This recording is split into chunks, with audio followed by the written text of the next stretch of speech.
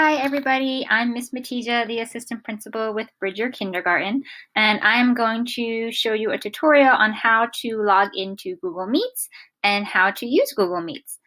So Google Meets is the Google app that PPS uses to have virtual meetings. So myself and Ms. Schochner and Ms. Verletto, we will use them to host meetings with families.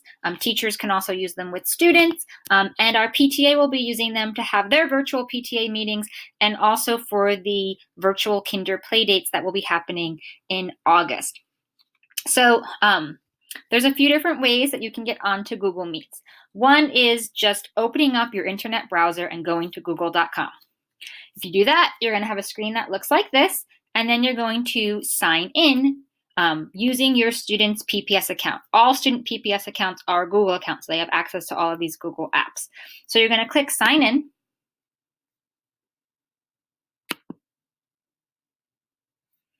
And then if you've signed into that device before, you might just see it in this list and you can click on it. If not, you're going to say use another account if it's the first time.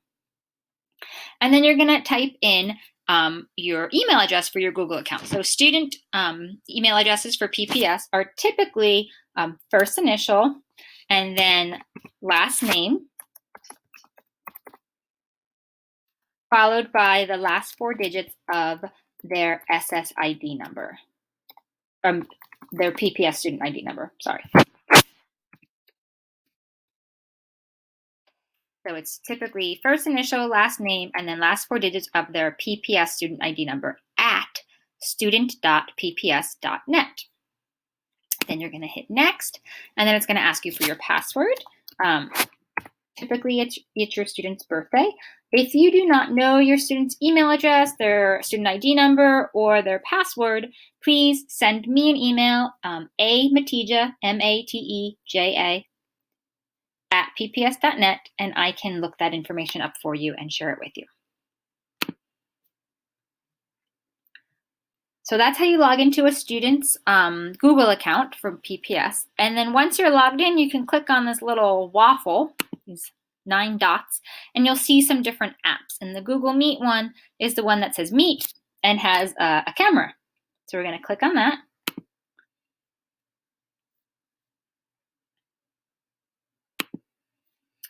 So for student Google accounts, they are only able to join meetings. They can't create their own. So there are some different ways to join meetings. One is using a meeting code. This is the one that we recommend most for teachers to use because it just enables some additional privacy features.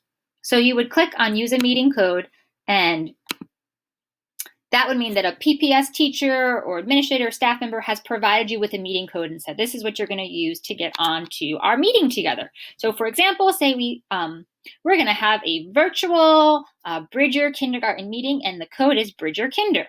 So you would just type in Bridger Kinder. It doesn't matter if you use spaces or capitals, it all works, and then hit continue.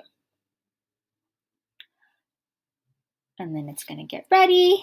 And then it will say that you can join, and it will show you who else is in the meeting. So in order for students to be able to join a Google Meet using their student account, there has to already be a PPS staff member in the meeting with that same code. So I went ahead and logged on with my PPS account on a separate device so we could join with a student account. And then here we highly recommend that you turn off your mic before you even enter. That helps so that there's not a bunch of background noise. And of course, you could also turn off your camera if you choose, and then join. So when you join a meeting, right now there's only one other person in, so you can see that person, and that is just my icon because my camera is off. And you can see yourself up in the top right corner. So if you have your camera off, it will just have your icon, or you can turn your camera on, and then it will show you what everybody else can see. And then here is also for turning the mic on and off. And the one in the middle with the little red telephone is for ending the call.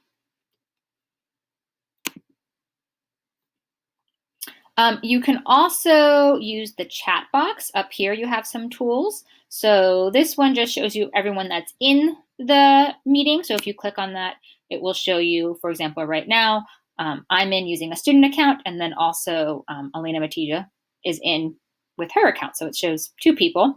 You can also go to the chat, and here is where you can just enter something in the chat box, and then everybody in the meeting can see that, and other people can also respond. You can close that if you want that part off your screen. And then the 3 little dots back down here will give you some other options as well.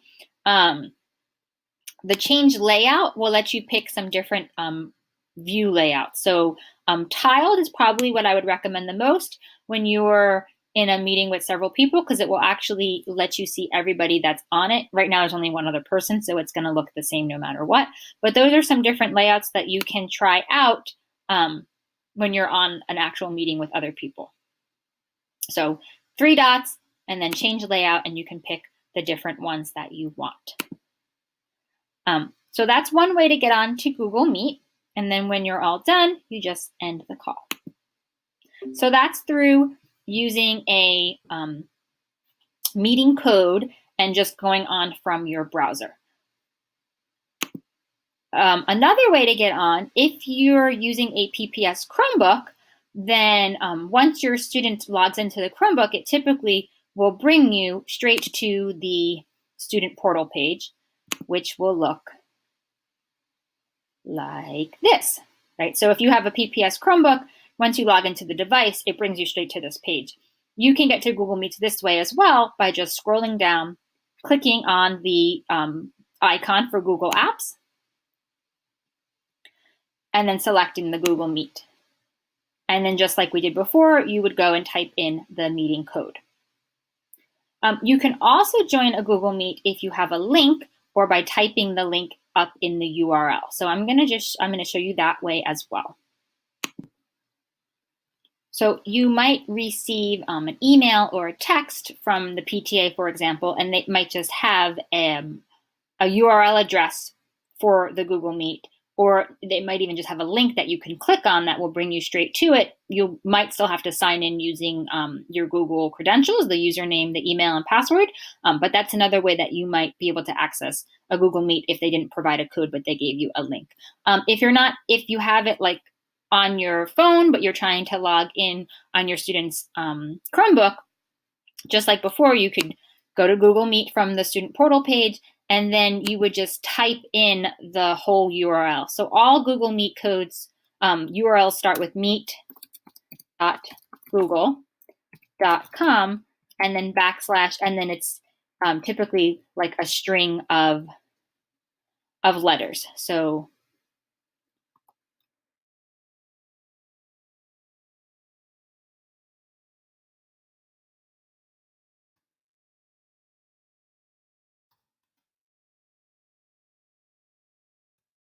you would just type exactly what it says in the link that was shared with you, and that would bring you straight to the meeting as well.